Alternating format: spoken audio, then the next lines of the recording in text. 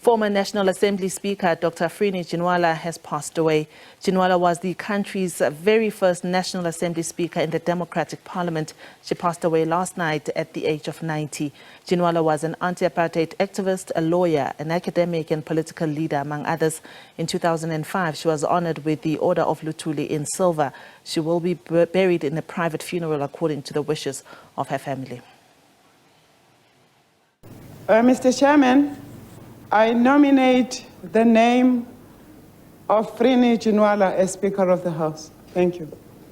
A first on many counts for the democratic post-apartheid South Africa's inaugural parliament. The pathfinding role that Nelson Mandela gave Frene Ginwala spoke to the esteem in which her comrades held her. I accordingly declare Dr. Frene Ginwala duly elected Speaker of the National Assembly. The one-time lawyer and journalist, respected for her incisive mind, was the ANC's obvious and only candidate for the position of the Speaker of the National Assembly. I deem it a great honor to be elected Speaker of this, the first democratically elected Parliament of South Africa.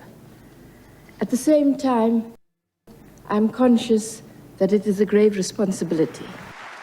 For the first time since its opening in 1910, the previously white-only institution represented all South Africans. These former adversaries, now sitting together in a transitional government, were responsible for the turning of apartheid South Africa into a fully fledged democracy, under the capable leadership of this sharp-minded, feisty black woman. As the Speaker, the Johannesburg-born activist is credited by her comrades for playing a critical role in the drafting of the Constitution. Frene had to create the job, had to build on the job. She could look at some other experiences, whether it's the British Parliament or US Congress or some other parliaments in other parts of the continent. But in the South African context, she had to create the job. And I must say that I think she did remarkable work in laying the basis for how the Speaker of the National Assembly should work and should operate. Looking back at Ginwala's decade-long stint as Speaker, this exile comrade showers much praise on Ginwala's tireless work in laying the foundations for one of the most acclaimed democracies in the world. She would guide us, she would help us whenever we needed some things, some information. She was very traveled and very well known because she had met a lot of people. She knew many women outside, she knew many men outside. She has worked with people of a very high caliber, yeah.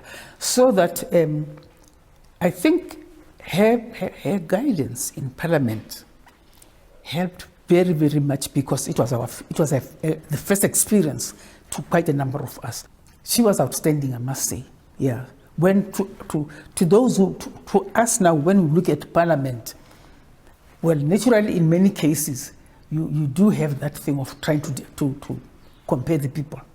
But I think, unfortunately, which is natural with every country, amongst other things, we have a lot, even in Parliament, who still have a lot to learn. Have no Zuma must go is the one who must go.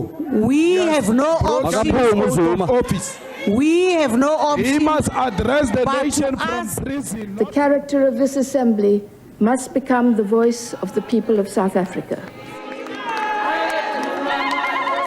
Ginwala's role as South Africa and Africa's first female Speaker of Parliament inspired a generation of women.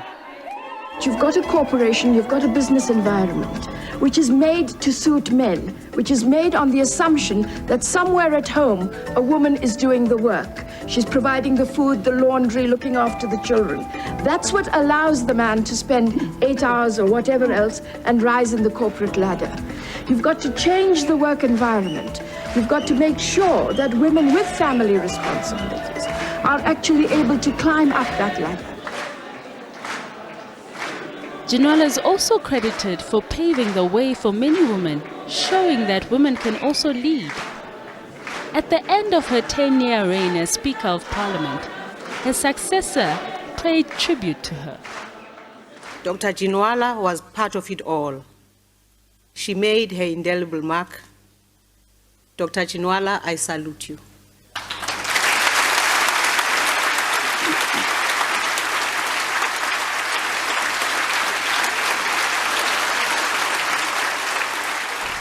Over 6 decades since the historic Women's March, the words on these days embody what Frene Ginwala and the women of a generation fought for. These were women of first, whose sacrifices have led to the South Africa we see today. Zinzi Swamani, SABC News, Union Buildings, Pretoria.